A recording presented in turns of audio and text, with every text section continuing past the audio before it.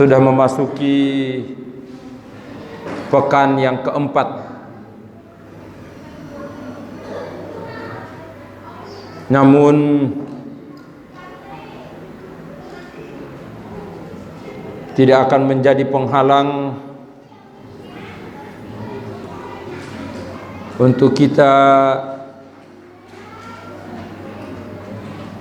tetap teringat dengan bulan Ramadan yang telah kita lewati.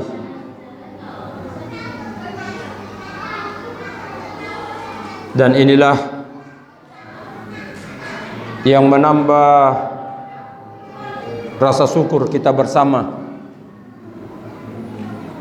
sebab ternyata Allah Subhanahu wa ta'ala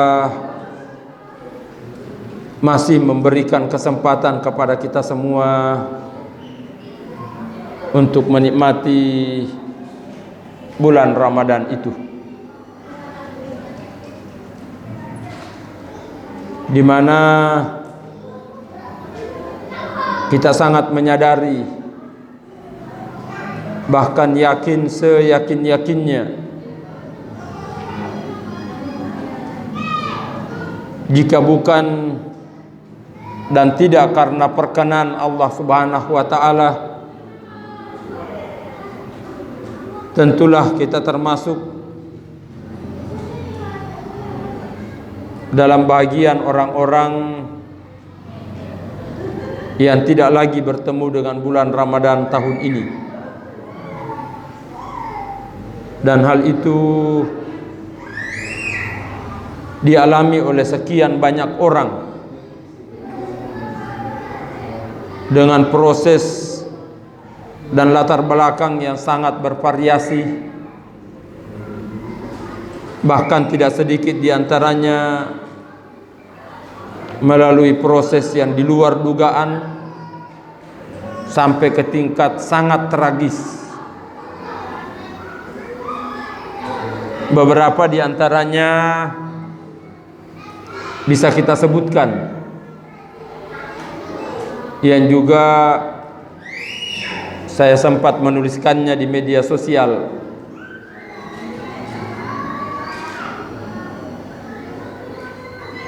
Ketika beberapa waktu menjelang Ramadan,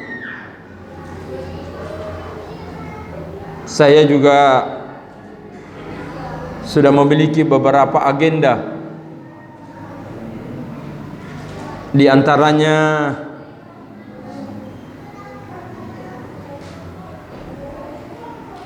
ada komunitas alumni Institut Teknologi Bandung yang mengadakan pertemuan rutin yang kemudian terhenti gara-gara COVID-19 kemarin, dan baru mereka mau memulai lagi tahun 2023. 2 bulan sebelum acara saya sudah diminta untuk mengisi acara, dan saya katakan, maaf Pak, karena waktunya masih panjang, tolong nanti menjelang acara saya diingatkan, khawatir terlupa.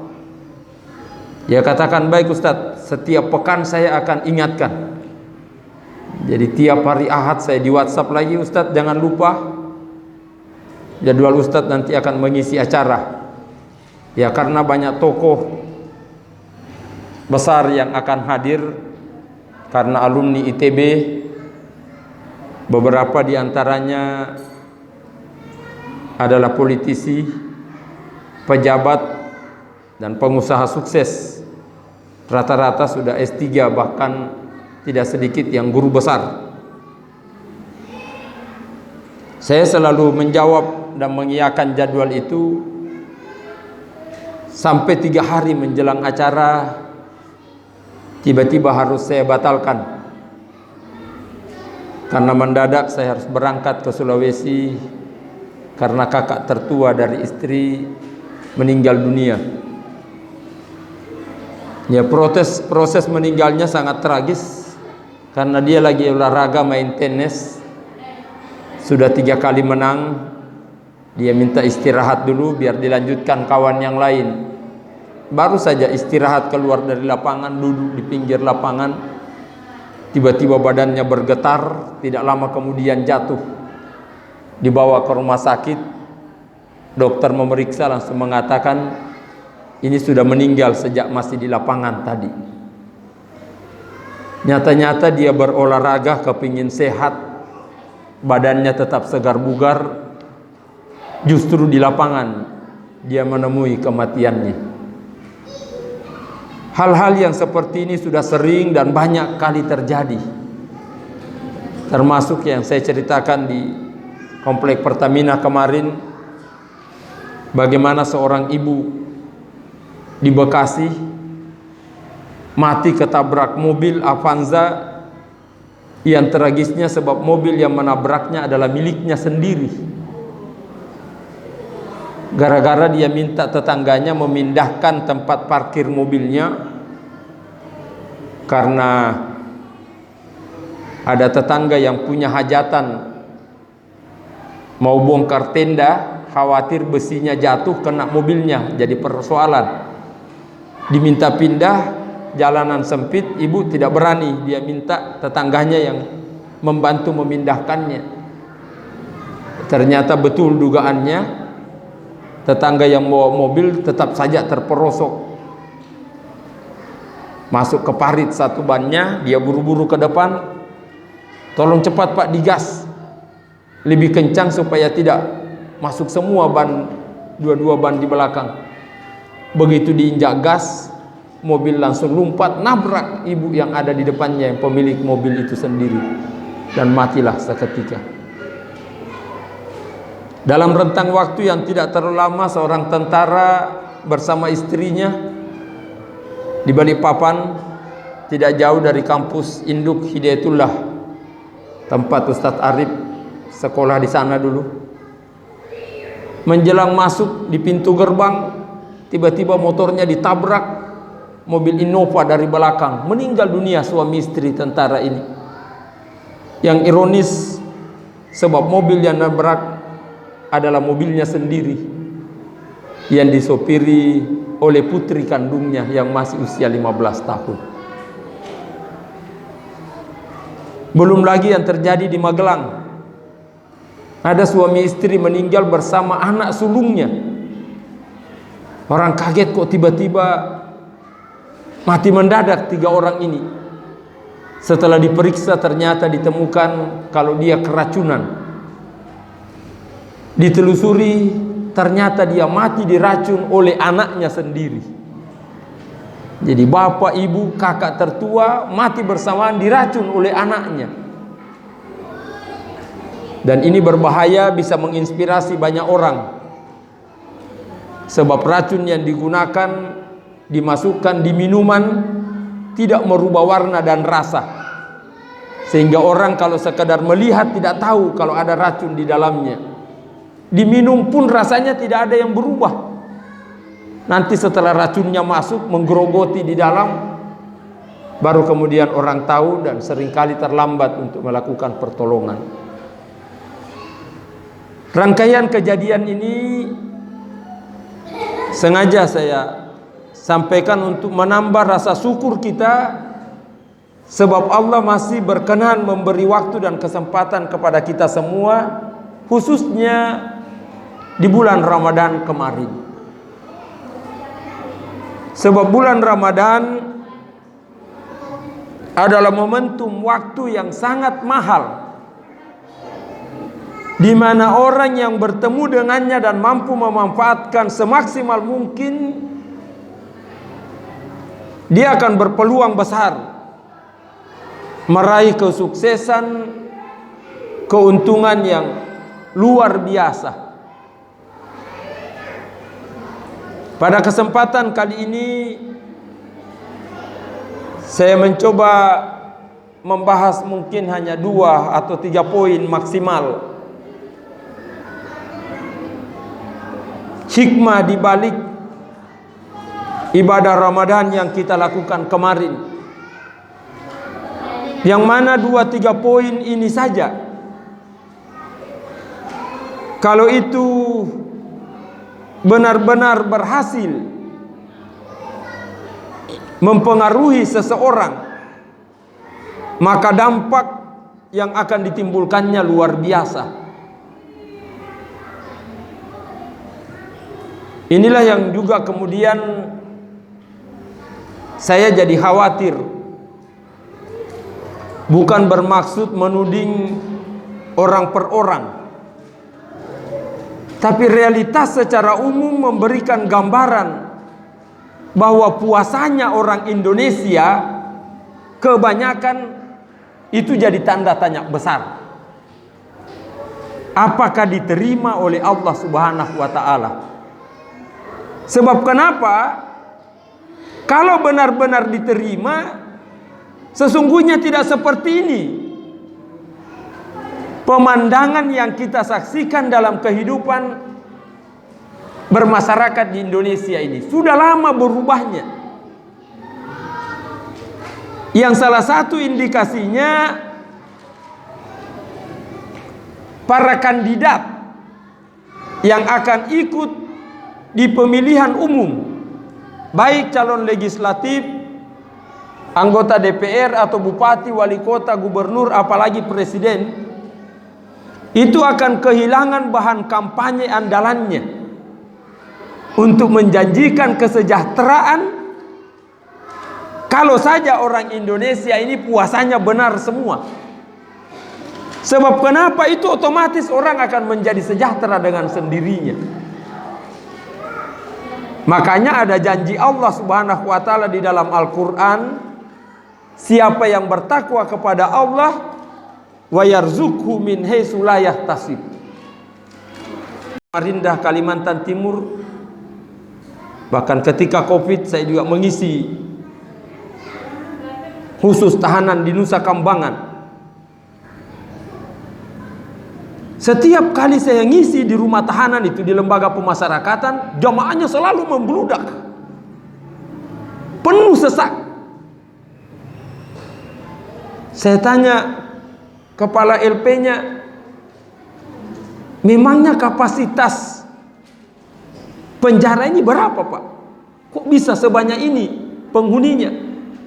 Dia katakan, Ustadz bisa keliling seluruh Indonesia. Semua lembaga pemasyarakatan itu selalu dihuni paling tidak 3 kali lipat lebih banyak daripada ruang yang tersedia. Kalau ruangannya 300, itu rata-rata diisi 1000 penghuni LP, saking banyaknya orang yang ditahan. Padahal masih banyak kasus yang belum disidang, yang belum diputuskan. Banyak juga orang yang tidak ditahan meskipun sudah divonis, atau keburu keluar padahal belum berakhir masa tahanannya.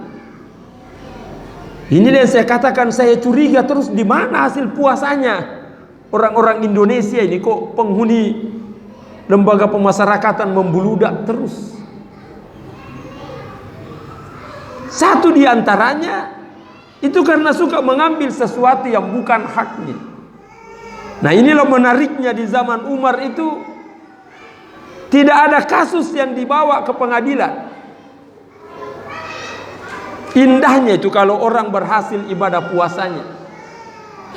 Dalam riwayat pernah sih ada masalah, 2 warga bertengkar yang tidak bisa selesai, terpaksa dibawa ke pengadilan.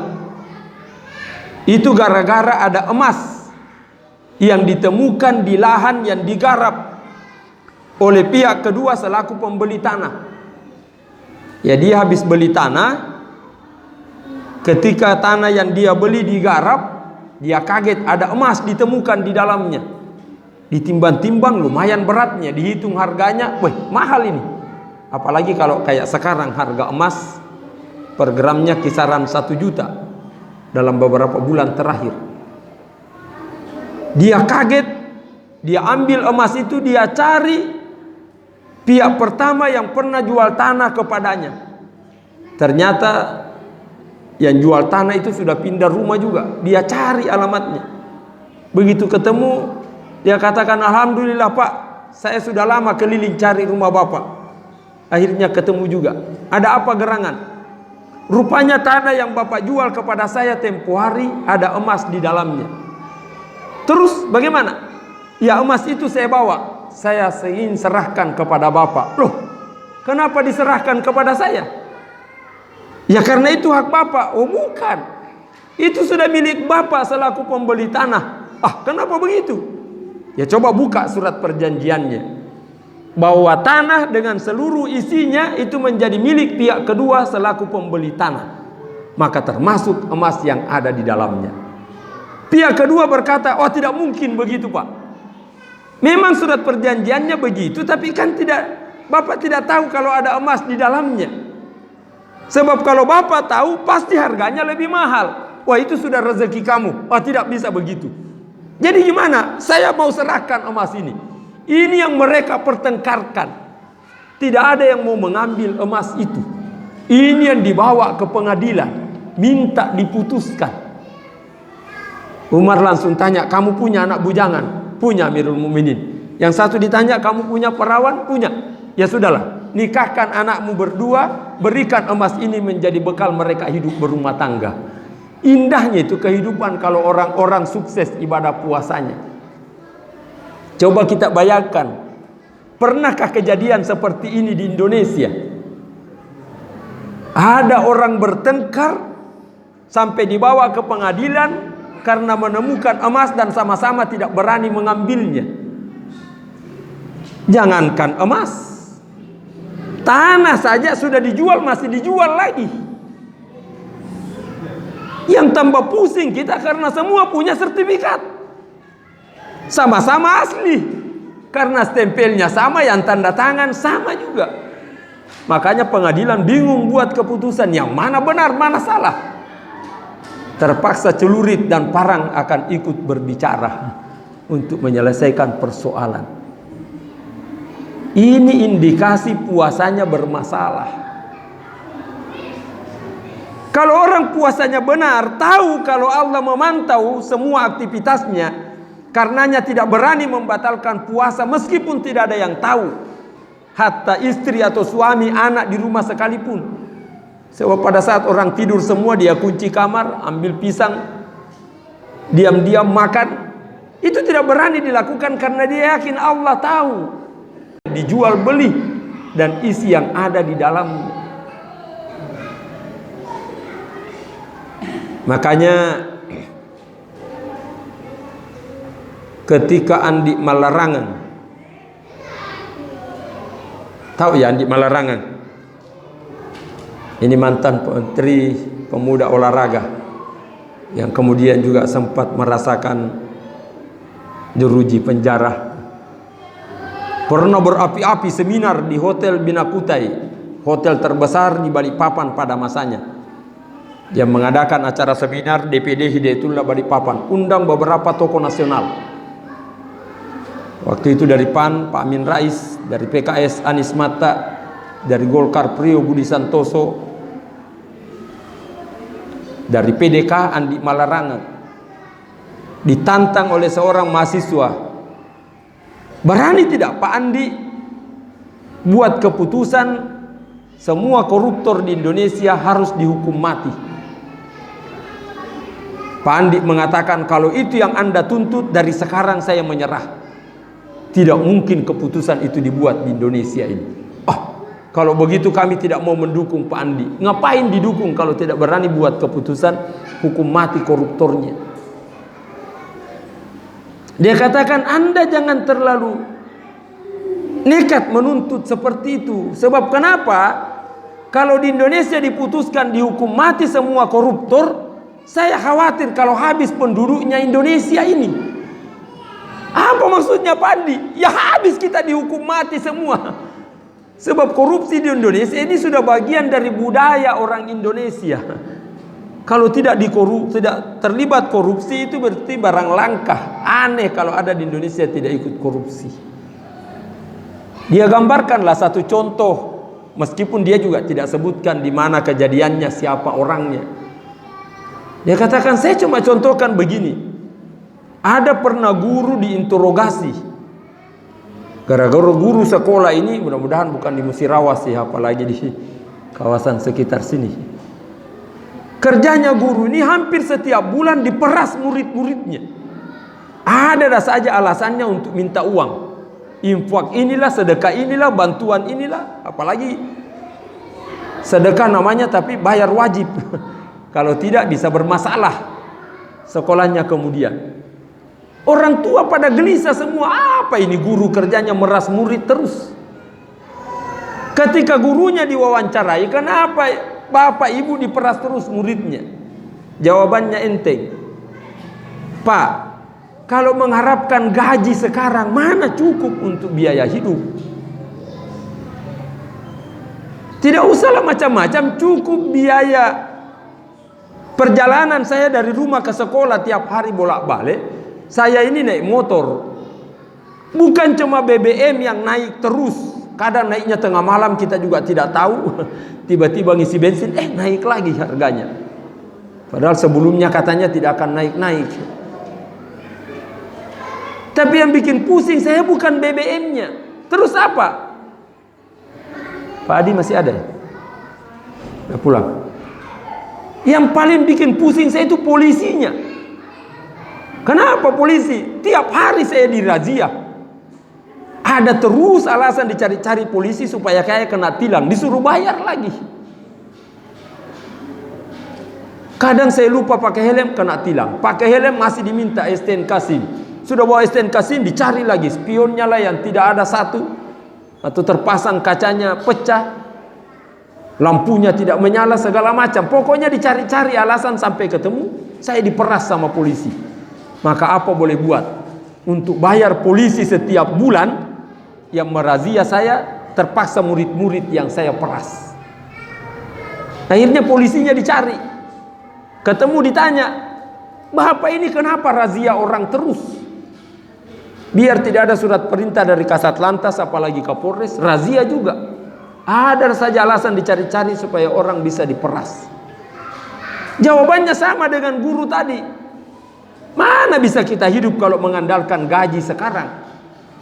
Tapi yang paling bikin pusing saya bukan biaya hidup, makan, minum, pakaian dan segala macam. Yang bikin pusing saya sebab saya punya anak 3 orang. 3-tiganya sekolah semua. Nah di sekolah diperas terus sama gurunya. Maka apa boleh buat? Untuk bayar guru yang suka peras anak saya ini, terpaksa yang bayar motor saya peras juga. Inilah gambaran rusaknya kehidupan itu. Uang itu juga yang mutar-mutar. Ini yang dikatakan orang uang jin dimakan setan. Tidak ada yang menikmatinya, tapi dosanya yang bertambah terus. Dan ini berlaku merata di mana-mana. Kita semua kena imbasnya. Ini mendedikasikan puasa tidak berjalan normal. Kenapa bisa begini masyarakatnya? Karena para pemimpinnya rusak. Sebab kaidah mengatakan an-nasu ala dini mulkihim. Bagaimana kondisi masyarakat itu tergantung para pemimpinnya. Kalau pemimpinnya rusak, rusak juga masyarakatnya. Pemimpinnya baik, insya Allah masyarakatnya juga baik.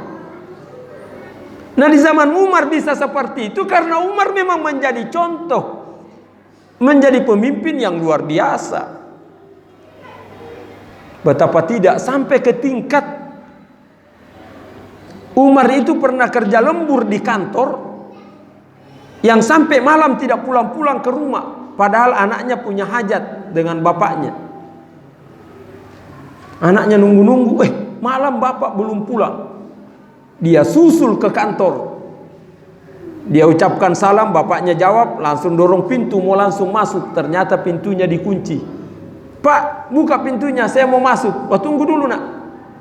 Kamu datang ini mau urusan apa? Ya buka dulu lah pintunya baru kita bicara. Ya jangan dulu. Saya ini di kantor. Kalau kamu datang mau bicara urusan masyarakat, saya buka pintunya. Tapi kalau kamu datang urusan pribadi, urusan keluarga kita, apa boleh buat? Saya matikan lampunya dulu, baru kamu boleh masuk. Sebab saya ini di kantor pakai lampu, minyaknya dibayar oleh negara. Saya tidak mau menggunakan minyak ini untuk urusan keluarga kita. Bagaimana pertanggungjawabannya di akhirat? Sampai seperti itu yang dilakukan Umar. Makanya warganya juga seperti itu. Ceklah sekarang, adakah pemimpin seperti itu hari ini? Kalau kita katakan mustahil, terus bagaimana pengaruh puasanya? Apa yang menyebabkan dia puasa kemarin? Itu kan karena takut membatalkan puasa karena Allah tahu. Itu yang menyebabkan Umar tidak berani menggunakan lampu minyak. Karena dia tahu Allah mengontrol bahwa lampu itu lampu dibayar oleh lembaga. Kok lembaga? Dibayar oleh negara. Kok digunakan urusan pribadi, urusan rumah tangganya? Bahkan Umar pernah pidato berkuar-kuar soal keadilan. Tiba-tiba diprotes oleh warganya. Amirul Mukminin, jangan lanjutkan ceramahnya. Saya butuh klarifikasi terlebih dahulu. Tidak ada gunanya ceramah Amirul Mukminin sebelum mengklarifikasi persoalan ini. Apa gerangan? Saya ingat betul baju yang Amirul Mukminin gunakan sekarang ini adalah kain seragam yang dibagikan kepada kami semua. Terus apa masalahnya? Amirul Mukminin ketika itu mengatakan bahwa ukuran kain yang dibagi ini sama persis panjang lebarnya. Terus saya gunakan kain itu, saya bawa ke tukang jahit, ukurannya pas-pas, tidak ada lebihnya. Sementara badan saya lebih kecil. Amirul Mukminin ini tinggi besar. Gimana ceritanya bisa cocok? Pasti ada kain lain yang dikorupsi. Luar biasa itu di zaman Umar. Sampai baju pemimpinnya pun diprotes. Dari mana kainnya? Umar berkata, baik, saya tidak usah lanjutkan ceramah. Saya minta anak saya klarifikasi. Anaknya yang berdiri. Siapa di antara jamaah yang pernah melihat saya pakai baju dengan kain yang dipakai bapak saya ini? Saya tidak punya baju itu, padahal juga dapat kain yang sama. Kenapa? Karena saya tahu bajunya bapak ini tidak cukup kalau menggunakan kain seragam. Maka saya korbankan kain jatah saya serahkan kepada bapak. Digabung jadi satu, barulah cocok. Makanya saya tidak punya baju seragam itu. Seketat itu cara dia menjaga. Inilah pemimpin ideal. Tidak perlu kampanye berkuar-kuar di mana-mana, kesejahteraan, bantai korupsi, cerita kosong. Ini yang merusak negeri ini. Itu sebenarnya refleksi dari puasa yang orang tidak berani membatalkan puasanya karena tahu itu dikontrol oleh Allah. Yang menarik, Syekh Ibrahim, salah seorang ulama sufi pada masanya, itu sampai para malaikat saja kagum, apalagi orang. Satu saat Syekh Ibrahim pulang dari haji. Sebelum pulang ke kampungnya, dia ziarah ke Palestina, ke Masjidil Aqsa. Saat selesai salat sunnah 2 rakaat, dia angkat tangan sambil berdoa dengan khusyuknya. Kemudian samar-samar dia dengarkan ada 2 malaikat yang berdialog. Yang satu nanya, bukankah itu Syekh Ibrahim? Malaikat satunya menjawab, betul, itulah Syekh Ibrahim. Ulama yang dikenal sangat sederhana, sangat hati-hati, yang paling menjaga diri, karenanya doanya selalu terijabah. Apapun yang diminta pasti dikabulkan Allah. Malaikat berkata, itu dulu. Yang satunya, kenapa begitu? Sekarang apapun permintaannya tidak akan mungkin diterima oleh Allah. Itu juga berdasarkan hadis Rasulullah. Kenapa bisa tertolak? Karena ada 1 biji kurma yang dia makan kemarin waktu haji di Mekah. Gimana ceritanya 1 biji kurma itu? Jadi dia beli kurma beberapa kilo, sudah ditimbang, dan dia bayar sesuai harganya. Tiba-tiba di samping pembungkus kurma itu ada 1 biji yang tercecer. Syekh Ibrahim yakin bahwa ini sebiji adalah bagian dari kurma yang saya sudah bayar. Diambillah sebiji itu, dia makan. Yang ternyata itu tidak termasuk dalam bagian kurma yang sudah dibelinya. Maka malaikat berkata, kalau mau Musa Ibrahim doanya kembali diterima, harus dia minta halalnya 1 biji kurma yang dia makan itu. Itu yang membuat dia merinding. Ketakutan luar biasa, tidak melanjutkan ibadahnya, segera bergegas kembali ke Mekah. Padahal perjalanannya cukup panjang, melelahkan. Tidak ada artinya dari Palembang ke tempat ini. Sebab waktu itu belum ada Avanza, apalagi Innova, lebih-lebih Fortuner. Tidak ada yang pakai Fortuner ya kemarin. Orang masih pakai unta, pakai kuda. Saya Ibrahim batalkan semua rencananya, agendanya. Saya harus minta halalnya dulu 1 biji kurma ini, balik pulang ke Mekah. Karena jarak waktunya cukup jauh, waktu tempuhnya lama, hitungan bulan baru sampai kembali setelah bolak-balik. Setelah dia cari tempat penjual kurma itu, dia masih ingat wajahnya sang bapak. Ternyata penjualnya sudah tidak ada. Dia pikir salah alamat. Dia mutar semua penjual kurma, tidak ketemu-ketemu. Innalillah. Dia balik ulang pas di posisi pertama dia pernah beli kurma. Dia tanya, kemana bapak yang tempo hari jual kurma di sini? Bapak siapa yang dia maksud? Setelah disebutkan ciri-cirinya, oh itu bapak saya. Iya, kemana bapakmu? Sudah meninggal dunia berapa hari yang lalu. Innalillah. Memangnya ada apa pak? Saya baru ingat tempo hari saya beli kurma kepadanya dan ada 1 biji yang jatuh saya makan. Saya pikir itu saya sudah bayar juga, ternyata tidak termasuk. Terus saya minta tolong kepadamu, tolong dihalalkan sebiji kurma itu. Anak ini berkata, jangankan sebiji pak, berapa biji pun yang bapak makan, saya akan halalkan. Alhamdulillah kalau begitu. Oh tunggu dulu, jangan keburu bersyukur pak. Kenapa lagi masalahnya? Saya ini 11 orang bersaudara. Maksudnya untuk hak saya sudah halalkan. Tapi saya tidak tahu 10 saudara saya yang lain. Kalau ini menuntut kehalalannya di akhirat, na'udzubillah. Innalillah. Kalau begitu tolong kasih alamatnya 10 saudaramu yang lain itu. Dia keliling ke 10 saudaranya, minta halalnya sebiji kurma. Dia katakan tidak ada gunanya ibadah saya, doa saya tidak akan mungkin diterima Allah. Sebab hadis Rasulullah mengatakan begitu. Tidak ada doa yang bisa diterima dari orang yang makanannya haram, minumannya haram, pakaiannya haram. Doa apa yang mau diandalkan kalau orang haram melulu? Makanya pernah jamaah haji Indonesia itu dibikin pusing. Ketika melempar jumrah, batunya selalu kembali ulang. Ia kaget, kenapa kembali batu ini, dilempar lagi, balik lagi. Sampai 3 kali masih kembali, baru diperiksa batunya. Oh ternyata ada catatannya. Maaf, sesama setan dilarang saling melempar. Innalillah. Kenapa begitu? Apa gunanya umroh haji kalau uang hasil korupsi? Timbangan kelapa sawit dipermainkan. Kemudian mau umroh haji juga, yang didapat foto selfie di dekat Ka'bah sana. Amalannya tidak mungkin diterima. Itu yang dilakukan Syekh Ibrahim sampai sejauh itu. Nah kalau ini bisa meresap lewat ibadah Ramadan kemarin, indah betul hidup ini sesungguhnya.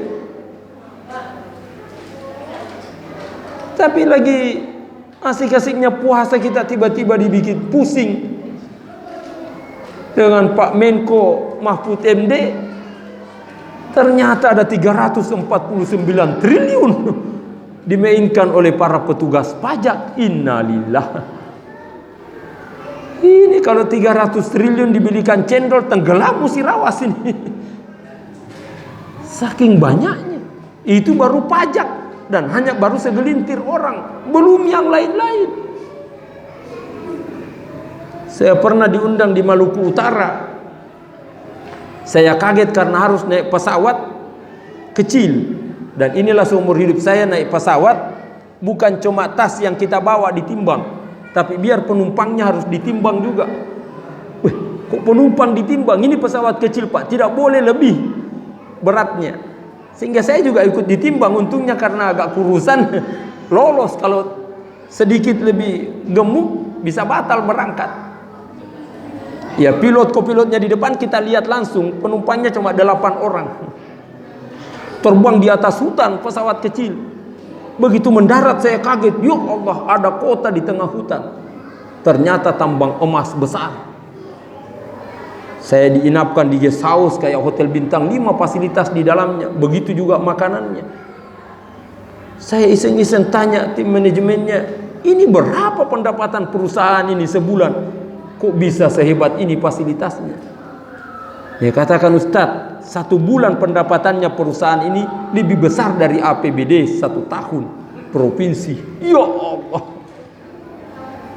betapa kayanya negeri ini sebenarnya. Terus kenapa kondisi masyarakat begini? Ini karena koruptor melulu di atas ini. Rusak.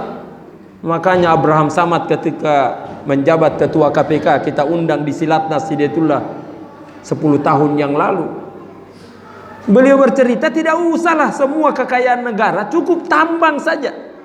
Dan itu diulang-ulang Pak Mahfud MD gara-gara kasus pajak ini. Kalau tambang dikelola dengan benar, itu 20.000 triliun minimal hasilnya.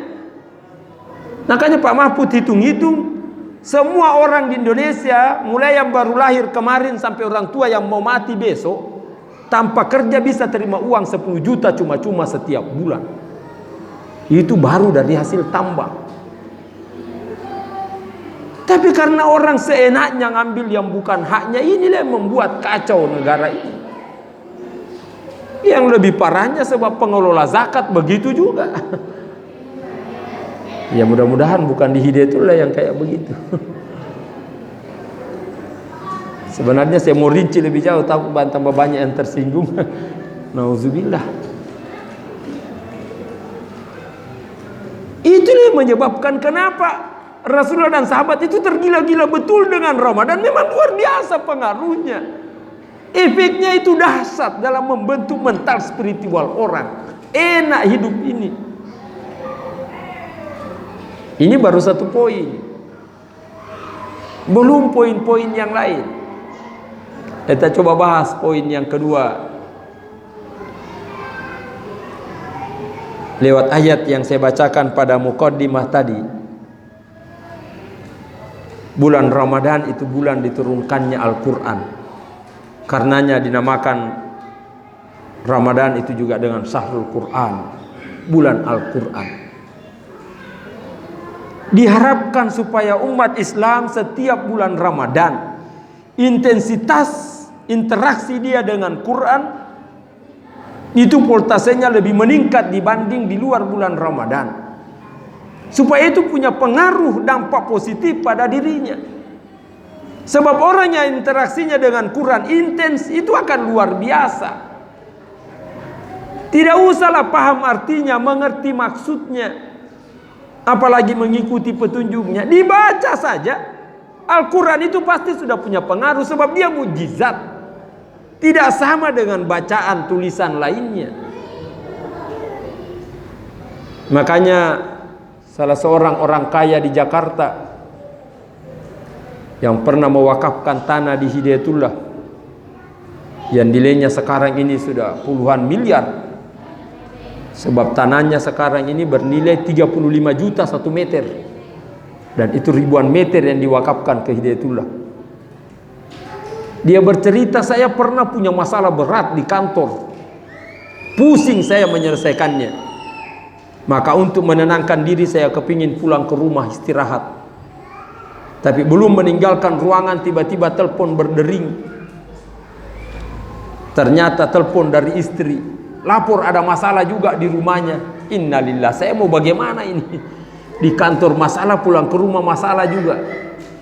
Tapi dia timbang-timbang, daripada saya ke tempat lain bisa lebih masalah pula, apalagi kalau pergi ke bar, ke diskotik, tambah fatal. Tinggal di kantor juga dampaknya bisa lebih besar. Pulang ke rumah saja, di jalan macet lagi, tambah stres dia. Untuk menenangkan pikiran dia putar tape di dalam mobilnya. Waktu itu masih pakai kaset pita. Dia kaget sebab suara yang keluar ternyata suaranya Syekh Abdul Rahman Sudais, Imam Masjidil Haram. Dia katakan, jujur Ustadz, saya tidak tahu surah apa yang dibaca, ayat berapa yang dibacanya, saya juga tidak ngerti artinya. Tapi saya coba ikuti iramanya, saya resapi, terasa enak perasaan, tidak sadar air mata saya menetes. Itu yang mengiringi perjalanan saya sampai di rumah. Tapi begitu tiba di rumah, saya buka pintu, istri juga buka pintu rumah, saya disambut dengan senyum manisnya. Masya Allah, hilang seketika masalah yang saya rasakan. Saya yakin ini pengaruh karena Quran yang saya dengarkan di dalam mobil. Ini baru sudah dengar saja, tidak tahu juga artinya, sudah punya pengaruh. Apalagi kalau dia yang baca langsung dan ngerti artinya, paham maksudnya, itu luar biasa lagi. Kayaknya ketika saya dengar cerita itu, dalam hati saya berkata, kalau yang Bapak putar waktu itu di mobil bukan suaranya Abdurrahman Sudais, tapi suaranya Ariel Noah. Waktu itu masih Peter Pan. Lain cerita. Itu bisa-bisa sampai di rumah langsung tendang pintu, tidak pakai salam. Langsung ngamuk-ngamuk, ada apa denganmu? Kok masalah juga? Sudah dikasih gaji tiap bulan masih persoalan terus. Istrinya juga putar lagu di dalam, langsung teriak, pulangkan saja aku ke rumah orang tuaku.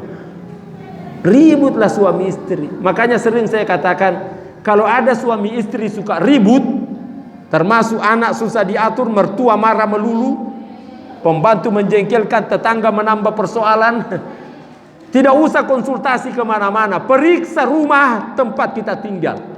Yakin kalau di rumah itu jarang suara Quran kedengaran dibaca.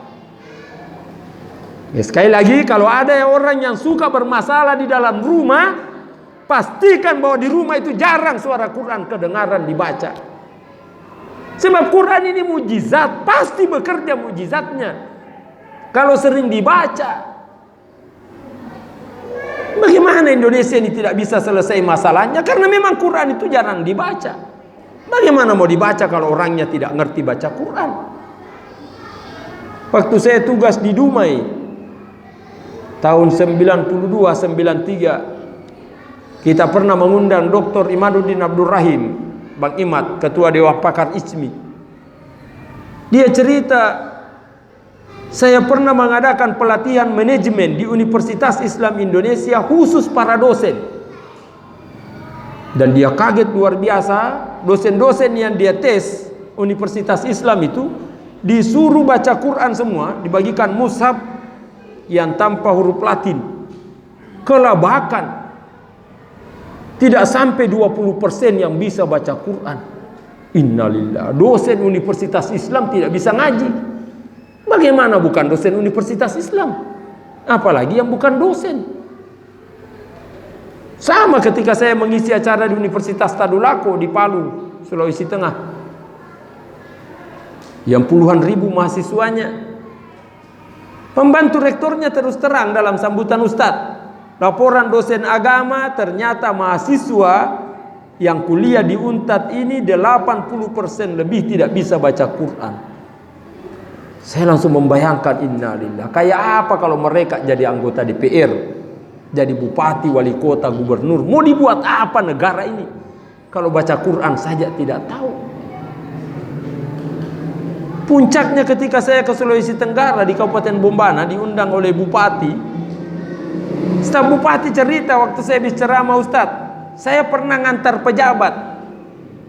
Ini pengalaman langsung, kata beliau.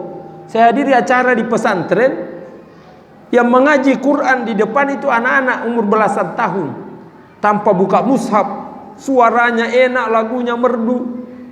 Sepas ngaji, pejabat ini panggil, nak sini dulu nak. Dia peluk erat-erat, saya terharu tadi dengar bacaan Quranmu, enak betul suaranya, lagunya. Pimpinan pondok di samping mengatakan, Pak, sekadar informasi, anak ini juga sudah hafal 30 juz. Tambah kaget pejabat ini, dia tambah peluk erat. Masya Allah, sudah hafal 30 juz. Jadi berapa juz lagi nak yang belum dihafal? Kaget orang. Ya Allah ya Rabbi, jumlah juz saya tidak tahu. Diberitahu sudah hafal 30 juz, masih nanya berapa juz lagi yang belum dihafal. Apa tidak rusak negara kalau seperti ini modelnya? Inilah realitas yang kita saksikan. Dan ini yang harus diretas. Dan dalam rangka ini sesungguhnya Ustadz Abdullah Said dan kawan-kawannya mendirikan Hidayatullah ini. Satu di antaranya, makanya menjadi program andalan di DPP Grand MBA itu. Bagaimana kita sibuk mengajar dan belajar Al-Quran. Sebab kalau ini dibaca dengan benar, insya Allah itu akan punya pengaruh. Minimal membersihkan hati. Makanya seorang syekh pernah ditanya, apa betul syekh kalau kita mengaji Quran terus tidak paham artinya, tidak ngerti maksudnya, itu sia-sia? Ah, kata siapa? Banyak yang mengatakan begitu. Makanya saya tidak berani baca Quran kalau tidak tahu artinya terlebih dahulu. Saya berkata, nanti saya jawab. Kamu saya kasih tugas dulu, isi gentong ini di depan pintu. Pakai apa saya? Itu ada keranjang di sampingnya, ambil di sungai, di samping rumah itu. Tadinya bingung santrinya, kok ambil air pakai keranjang, isi gentong pula. Ya saking taatnya sama saya, dia tetap laksanakan, entah apa hikmahnya. Setelah diambil sampai habis airnya tumpah, ya tumpahlah pakai keranjang. Dia katakan, syekh, tidak ada isinya keranjang ini. Oh, itu karena jalanmu terlalu santai. Kau kembali ulang, jalan lebih cepat. Kembali lagi jalan lebih kencang, tetap habis juga tumpah. Saya sudah jalan cepat ini, masih habis juga. Coba sekali lagi, kamu lari sekencang mungkin yang kamu bisa. Dia ambil lagi, lari sekencang-kencangnya, tetap habis tumpah. Dia rasa ini pekerjaan sia-sia, tidak ada gunanya. Sampai dunia kiamat tidak mungkin terisi gentong, apalagi sampai penuh kalau ngambilnya pakai keranjang. Saya berkata, siapa bilang sia-sia? Memang tidak ada air yang terbawa, tapi coba kamu perhatikan keranjangnya. Kenapa? Tadi sebelum kamu pakai itu kotornya luar biasa. Ini baru 3 kali kamu bolak-balik ngambil air, tidak ada air yang ikut, tapi minimal keranjangnya jadi bersih. Ini sekaligus menjawab pertanyaanmu tadi. Mengaji Quran meskipun tidak ngerti artinya, tidak paham maksudnya, kalau sering dibaca minimal hatimu jadi bersih. Itu yang akan membuat enak hidup ini. Yang membuat kacau itu karena hati kita rata-rata kotor, rusaknya minta ampun. Makanya kalau ada yang mengaji tiba-tiba langsung patah lehernya begitu buka Quran, belum baca 1 juz, setengah juz, bahkan kadang baru 1 lembar sudah langsung mengantuk, tiba-tiba tertidur. Tidak usah cari alasan macam-macam, itu indikasi kotor hatimu, banyak dosa di dalam itu. Sebab buktinya kalau HP yang dibuka, apalagi nonton TikTok, hilang ngantuknya. Kok begitu ganti Quran ngantuk lagi? Itu apa penjelasannya kalau bukan hati yang kotor? Alasan, Ustaz capek betul, tadi malam kita habis lembur kerja tugas, salat lain lagi, sehingga subuh ngantuk. Tapi kenapa kalau buka HP hilang ngantuknya? Apalagi nonton siaran langsung, chatting tidak karu-karuan. Itu indikasi hati lagi kotor. Banyak persoalan yang perlu tanda tanya.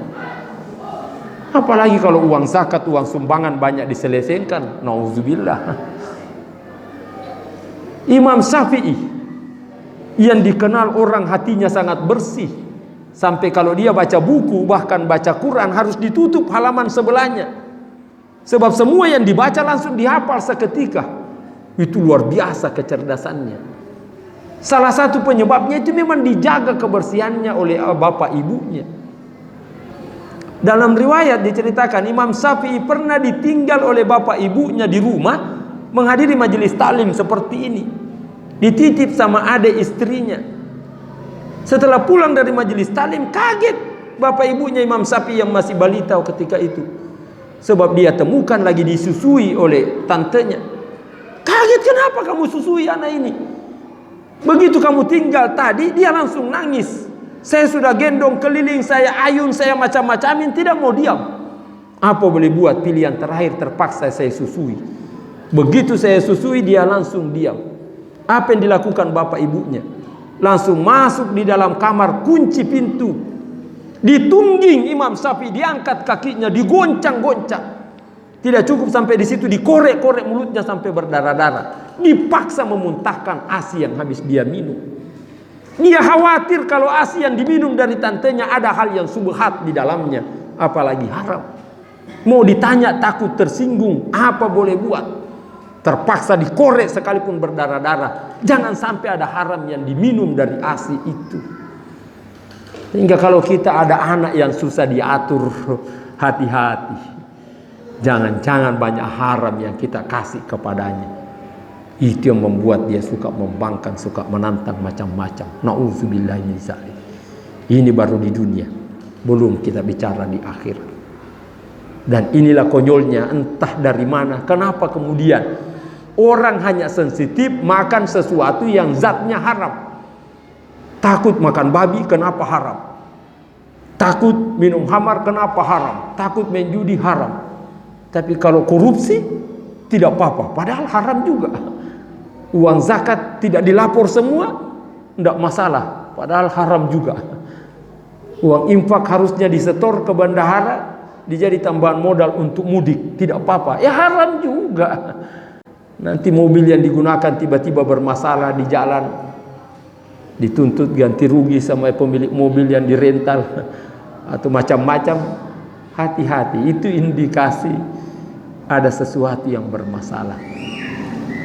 Kita berharap semoga kiranya kita termasuk orang-orang yang berhasil meraih dan menangkap spirit di bulan Ramadan, sehingga tepat tema yang ada di atas, kita memelihara spirit kita di bulan Ramadan ini, sehingga kebahagiaan dunia dan utamanya selamat di akhirat benar-benar bisa kita capai. Pak Dwi tadi pesan kalau bisa 1 jam, dan saya lihat jam hanya 1 jam lebih sedikit. Dia bijaksana. Bila saya hinggakan cukup sekian, lebih kurangnya saya mohon maaf. Hadanallah wa iyyakum ajmain. Wassalamualaikum warahmatullahi wabarakatuh.